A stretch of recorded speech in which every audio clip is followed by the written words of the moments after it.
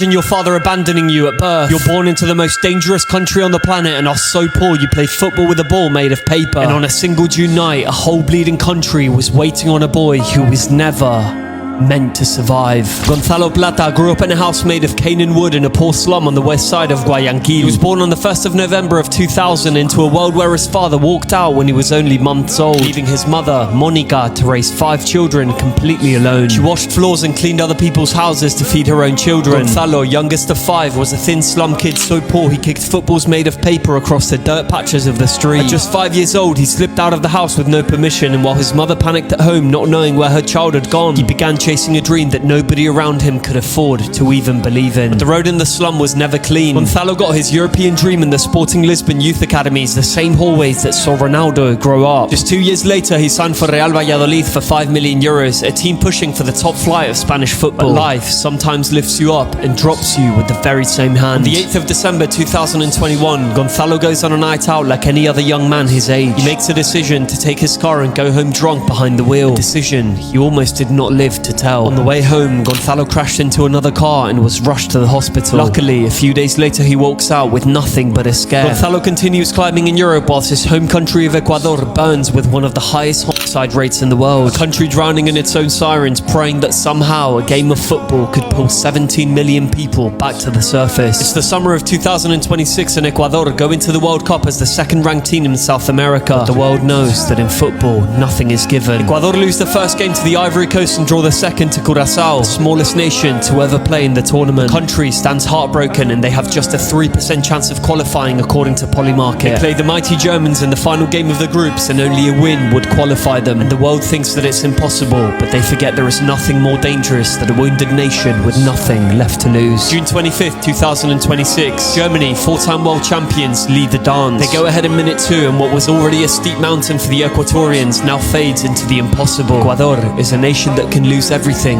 and still not lose the one thing that costs nothing to keep: belief.